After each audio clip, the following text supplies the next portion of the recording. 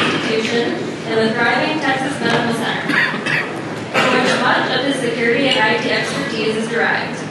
He is able to directly apply knowledge gained from protecting student and patient health information, helping organizations large and small deal with the ever-growing challenges associated with securing critical infrastructure and intellectual property. Please welcome Matt Curie.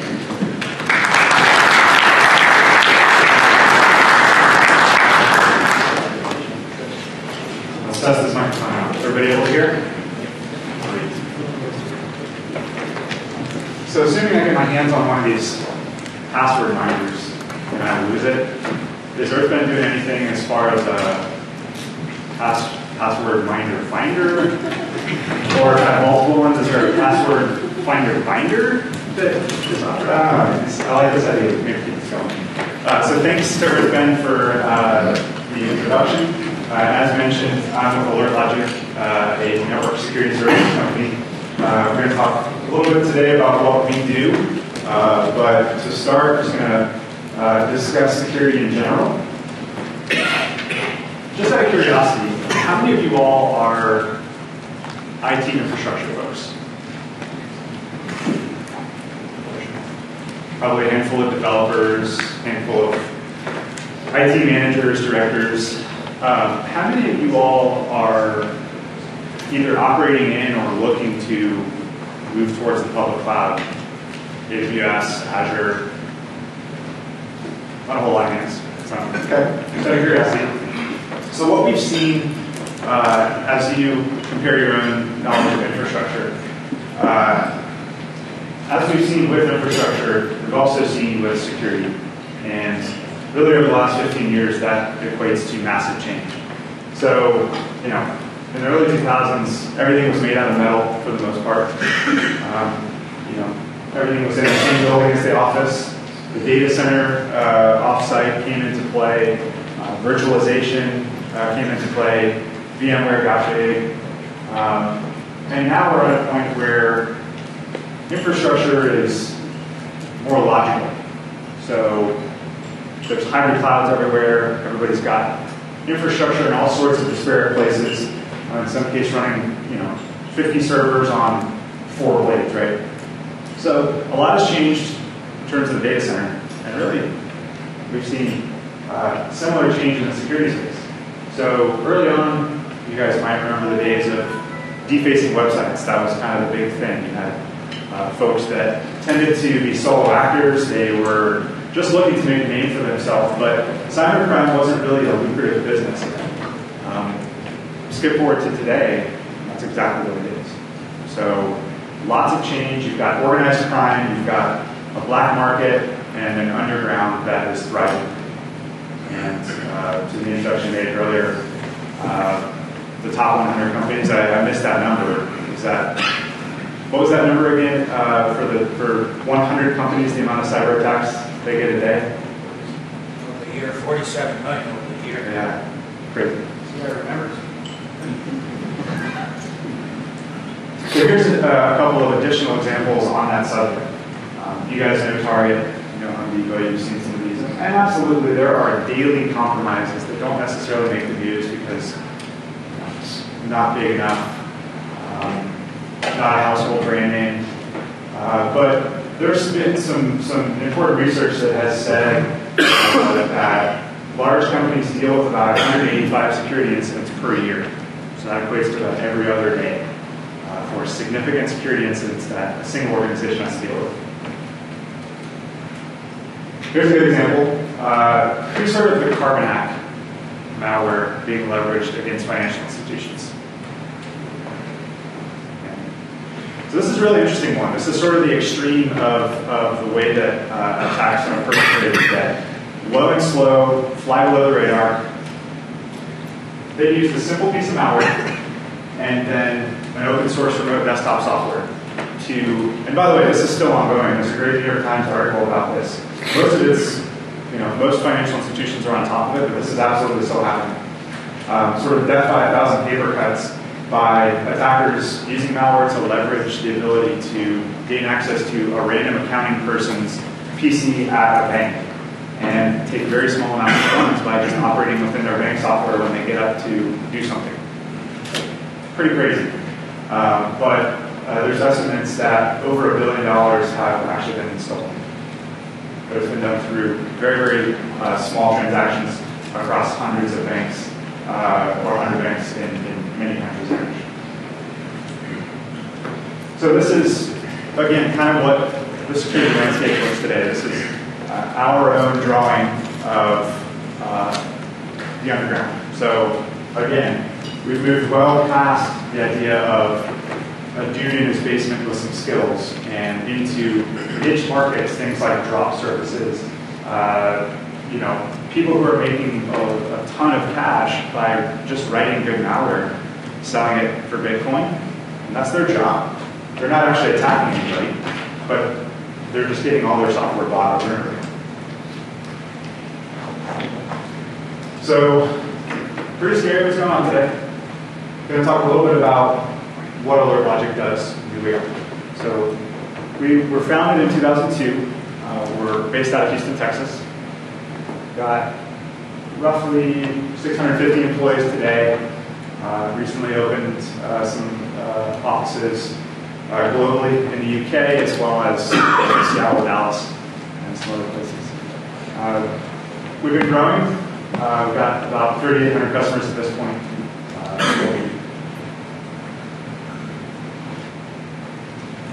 And one of the things that we've really invested heavily in is the ability to work with all types of infrastructure and be sort of infrastructure agnostic. So going back to that first slide where everything was made of metal, that's where we started too. But we've done a lot of work to be able to be both native to the cloud, but also work in the cloud and work like the cloud. So Amazon Web Services is a big partner of ours, and the same is true for some of the other big managed service provider partners in the United States. Also have many enterprise shared services companies that we call out. So talk a little bit about how we do what we do, which is a little bit different, perhaps. You guys all know security tools, and that there are a lot of antivirus, firewalls, all sorts of technology that gets you where you need to be. But even looking at that, which is a small portion of all the tools that are out there, you can quickly see that managing all of that and making sense of all of that is very challenging. And personally, I feel that dealing with all this is partly why organizations are failing at security. Why the statistics that were mentioned in the beginning are continually happening and frankly are increasing, even though many C-level folks say security is my #1 priority. So organizations are really trying hard, putting a lot of money into this, but kind of, how do you get your arms around all this, especially if you don't have a large security team? You don't have people focused and dedicated 100% on this. What I see a lot of the time, and I'm sure you guys live and breathe this, if you're infrastructure folks, if you're IT generalists, if you will, sysadmins, network admins, you might have to wear a security hat, but that's kind of only a part of your day-to-day. And fires come up and this stuff kind of gets swept under. So what we feel is very important to succeeding is correlating all of this information that is derived from all of these disparate tools. And that's really what our solutions seek to do, to make sense of stuff we see at the network, stuff we see from other security tools, boil them down, and via a cloud-based analytics platform, make sense of it all and deliver it in a very high-fidelity consumable. And this is our solution suite. So we operate specifically at the network layer, at the systems layer, and at the applications layer. So taking a page out of the OSI model. So starting at the bottom, Alert Logic has Threat Manager. which is a managed intrusion detection solution that also has vulnerability assessment.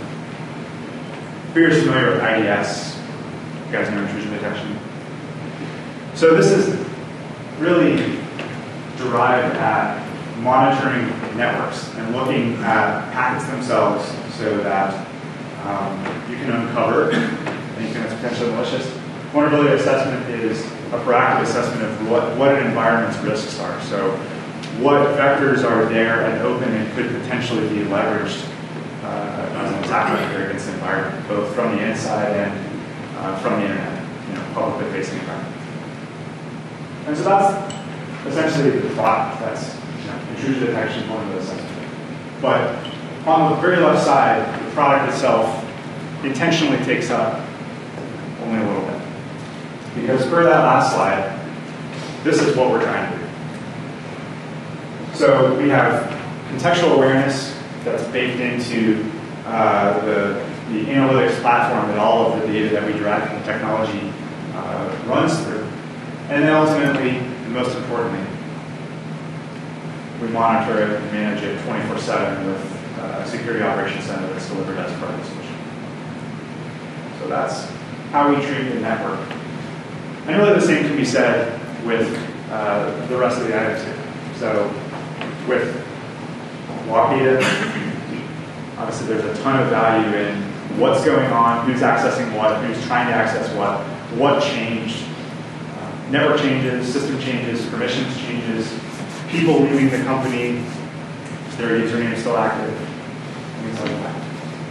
So we're hopping up a different layer, but we're doing the same thing. So looking at log data, both from things like servers, firewalls, devices, applications, software, and other security tools, antivirus, firewall log data, etc. And then that same analytics is really chief to the outcome we're driving towards. 24/7 managed security operations center. And then lastly, a solution that's focused 100% on protecting web applications. So layer 7, you've got a website,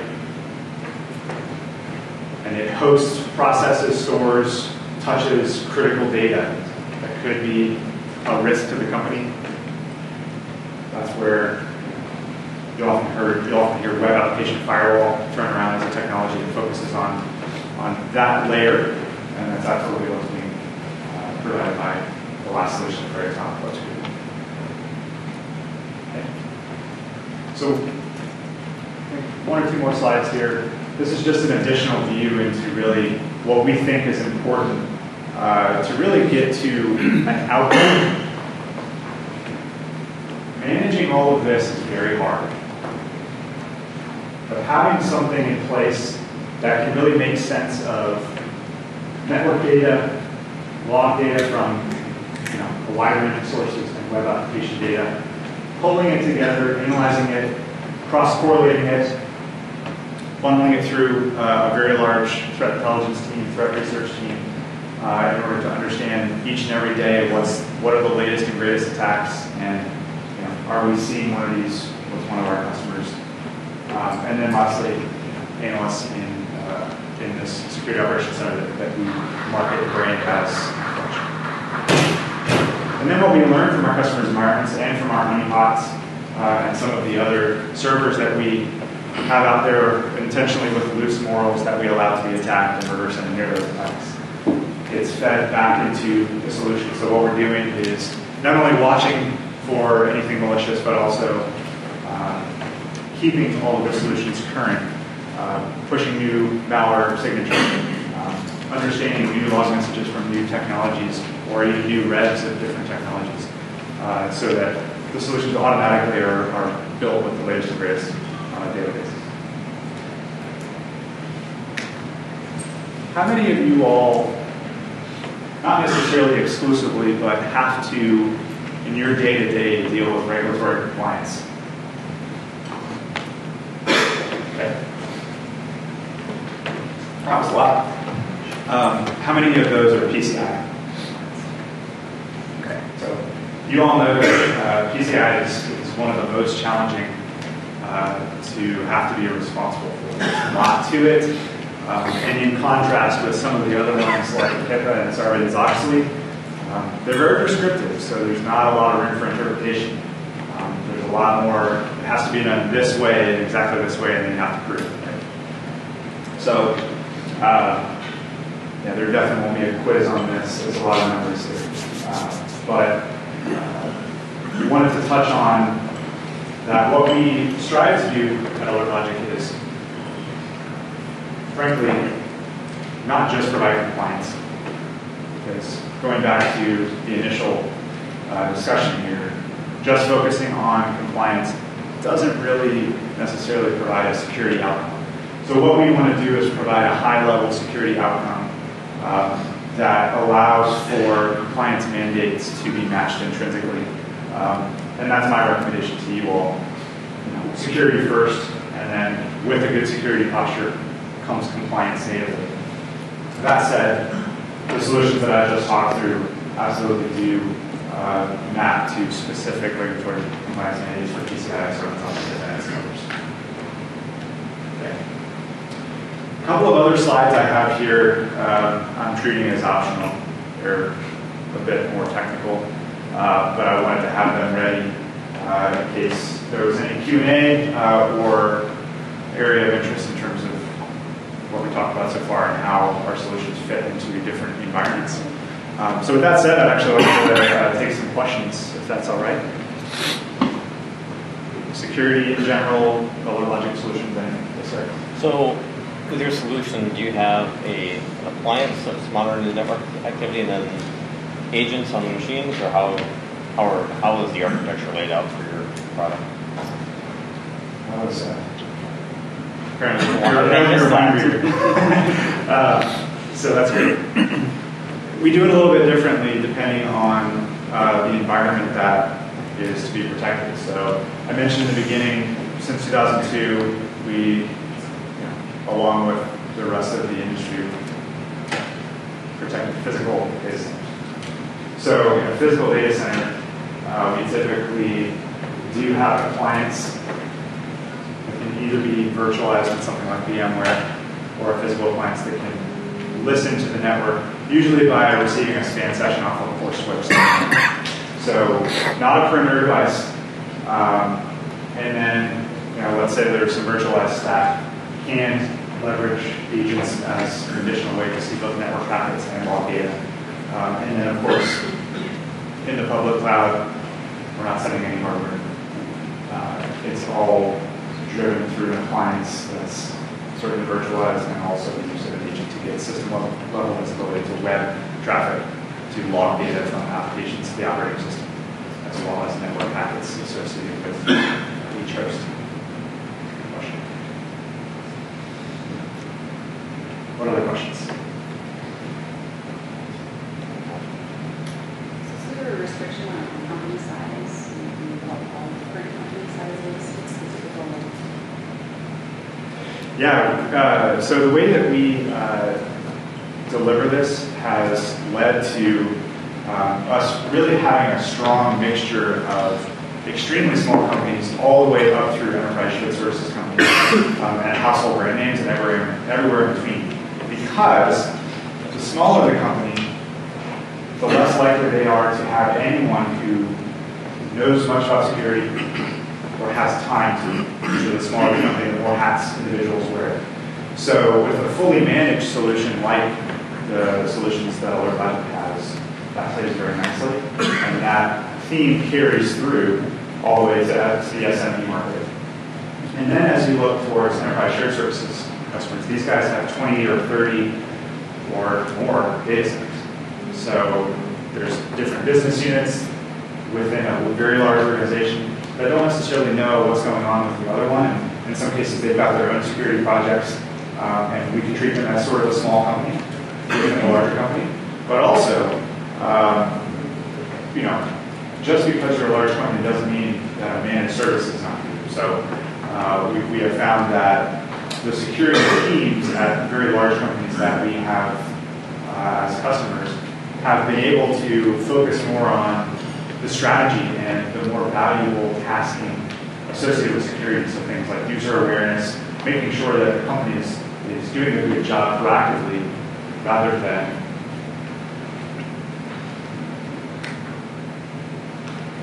messing with all that stuff all day? Good question. Yes, sir. What level of PCI compliance do you provide with your solution? And how soon does it take you to get up to the next level? Yeah, so different PCI levels really depends on how many credit cards you're processing in a given amount of time. So AlertLogic isn't directly a PCI compliance provider. There's too many boxes to check. We don't check all of them. But some of these, 6.5 and 6.6 for, I think, maybe level 1, level 2, can't recall. The 10 dots for log management, 5.1, 6.2, 11.4 for intrusion detection and vulnerability assessment. Those are all relevant to PCI. Some of them may drop off depending on which PCI level, but that's specifically where our solutions map to. And one other point to make, vulnerability assessment is huge within PCI. So there's a list on PCI's website that has their approved scanning vendors. So these are the vendors that have been vetted by them to provide PCI certified vulnerability scans, which are a quarterly requirement for all levels of PCI. And that's baked into our project threat manager and PCI approved scanning vendor. Did that answer that? Yeah. Yes, sir. If you have multiple locations, is there interface where you can, at the corporate level, and see into each one? Yeah, that's actually. Matt, can you repeat the question? Absolutely. So the question was if there's a bunch of disparate infrastructure, different environments, different maybe accounts, is there a way to sort of globally see all of that and manage that without having to go to this place to see this data center or this place to see this environment? So within the AlertLogic UI and also just the way that we deliver this service, our technology is simply collecting data. So data collection is really the first step. And because we're cloud-based and delivering this as a service, 2 servers, one in Seattle and one in Florida, are going to look the same to us as both of them being in Seattle. Certainly we'll know, geodata and all of that, and that comes into play. But because this is cloud-based and we're doing all the analytics on our back end, really it's just a matter of can that data get to us? And the answer, of course, is always yes and it is. And then we can provide and do provide large environment total visibility for some level, where if you're in charge of an entire company, you can see maybe all 17 business units, all 17 data centers. One data center operations guy might only be able to see his particular one, but if you're at the corporate level, you can see them all aggregate, run reports, mix everything together, filter. Absolutely. Yes, sir. You guys are taking data, pretty sensitive data from 3,800 customers up into your cloud. What do you guys do to protect that data? That's extremely important to us and always has been. So, first of all, if you know compliance and some of the regulatory mandates associated with protection of data, we are at least SSA 16, SOC 1, and SOC 2, and audited against that annually. So really a lot of that focuses around the health and the practices within our own data center, how we treat information, how we encrypt it, how we key it and hash it. Everything is 256-bit encrypted in transit. And then the same is also true for the people because, again, really a lot of what we do is provide managed security via human eyes in that security operations center. Those guys are all FBI background checked, and actually everyone in our company is. They go through a more stringent level. They're SAN certified at a minimum, GIAC at a minimum. Got some Cisco certified guys, many certifications, and we help them on that path. So The data center and the way we treat customer data, very important, and also who gets to touch that and the trust that we have in those people is the second component. So on the same lines then, how well do you handle already encrypted data? There's certainly a place for leaving encrypted data there, and what we're after is security relevant data. A database holding a bunch of social security numbers. What's inside that database may not necessarily be security relevant, but anyone that touches the database, which is more at a server level, level above, that data is usually captured via the network. So anytime something communicated with the database over the network, we see network packets. The database itself and communication to it from it may be encrypted. We may not be able to see that. But we also can decrypt SSL and do for many customers. So it is possible, and we'd like to decrypt data that is important and can lead us to a better security outcome, but it's not necessary in some cases. And that's true for log data as well. Does your product do anything for the rest insider threat? Yeah. So first of all, with log data, we derive a lot of intelligence. You're seeing who logs in to what, when, why, what changes. So specifically Home Depot, during the investigation, or rather after the investigation, they had found that all the activity associated with the malice was easily spottable within log data. And really the problem is just that no one was looking. So that's one component. Secondarily, as we look at the network, and again, this goes back to the first slide when security has changed. 6-7 years ago, there was a lot of push to build the biggest wall, secure your perimeter, and that's still probably the most important. But we've seen that that's not really the only thing that needs to be focused on. So we deploy internally. So from the network perspective, we actually see intrinsically the whole network. Host-to-host traffic, east-west traffic is network, I say, as well as outgoing communication. So internal visibility to the network is chief to the way that we deliver intrusion detection. Not just looking at the perimeter, but looking at the entire data. What kind of bandwidth does it take to support interaction? Say that once more, please.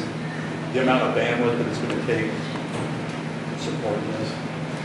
Well, certainly with log data, it's just text and compress and encrypt that, so negligible on the bandwidth perspective there.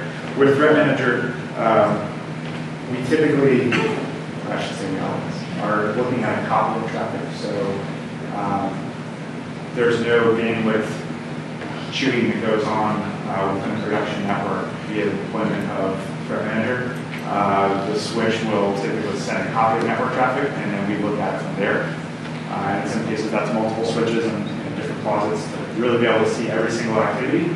But traffic isn't flowing through this device, and therefore there's no bandwidth impact to the regular network.